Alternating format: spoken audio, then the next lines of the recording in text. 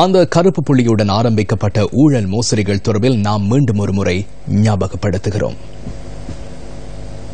2012ஆம் ஆண்டு மே மாதம் 17ஆம் திகதி நாரஹெம்பிட்ட சாலிகா மைதானத்துக்கு அருகில் காரொன்றிலிருந்து ரக்பி வீரர் வசீம் தாஜுதீனின் சடலம் மீட்கப்பட்டது.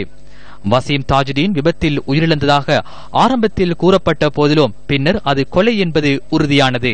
2008ஆம் ஆண்டு மே மாதம் த நேஷன் பத்திரிகையின் பாதுகாப்பு தொடர்பிலான செய்தியாளர் கீத் நொயார்த் கடத்தப்பட்டு தாக்கப்பட்டார்.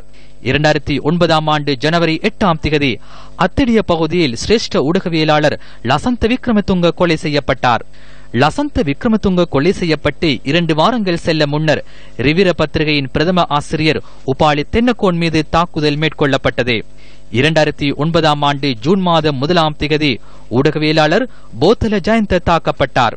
2009ஆம் ஆண்டு ஜனவரி 6ஆம் திகதி தெப்பானம MTV MBC கலேகம் மீது குண்டு தாக்குதல் மேற்கொள்ளப்பட்டது. அதே வருடம் மார்ச் 25ஆம் திகதி யாழ் உதயன் அலுவலகம் மீது கைக்குண்டு தாக்குதல் மேற்கொள்ளப்பட்டது. 2010ஆம் ஆண்டு மார்ச் 22ஆம் திகதி MTV MBC ஊடக வலையமைப்பின் பிரதான அலுவலகம் மீது தாக்குதல் மேற்கொள்ளப்பட்டது. அதன் பின்னர் சியத்த தொலைக்காட்சி மற்றும் வானொலி சேவையை முன்னெடுக்கும் வாய்ஸ் ஆஃப் ஏசியா மீது தாக்குதல் மேற்கொள்ளப்பட்டது. 2013ஆம் ஆண்டு ஏப்ரல் 13ஆம் திகதி 33வது தடவையாகவும் உதயன் பிரதான அலுவலகம் மீது தாக்குதல் மேற்கொள்ளப்பட்டது. 2016ஆம் ஆண்டு இலங்கை விமானப்படைக்கு மிக் 27 ரக 4 விமானங்கள் கொள்வனவு செய்யப்பட்டமை மற்றும் மிக் 23 ரக விமானங்களை புனரமைப்பதற்காக 6 மில்லியன் அமெரிக்க மோசடி செய்யப்பட்டதாக தகவல் வெளியானது. யுக்ரைன் மாஷ் என்ற யுக்ரைன் அரசு நிறுவனம் அப்போதைய பாதுகாப்பு செயலாளராக இருந்த கோட்டாபே ராஜபக்சவுக்கு அனுப்பிய கடிதத்தில் இந்த விடயம் தெரிவிக்கப்பட்டது. விளையாட்டு அபிவிருத்தி திணைக்களத்துக்கு சொந்தமான 5,35,00,000 ரூபாய் செலவிட்டு விளையாட்டு உபகரணங்களை கொள்வனவு செய்ததாக முன்னாள் அமைச்சர் மஹிந்தானந்த அலுத்கம மீது வழக்கு தாக்கல் செய்யப்பட்டது.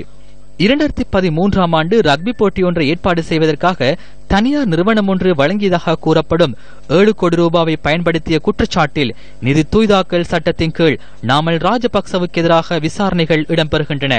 DA ராஜபக்ச மன்றத்துக்கு பணம் செலவிட்டமை தொடர்பில் முன்னாள் பாதுகாப்பு செயலாளர் கோட்டாபே ராஜபக்சவுக்கு எதிரான விசாரணைகளும் தொடர்ந்தும் இடம்பெறுகின்றன.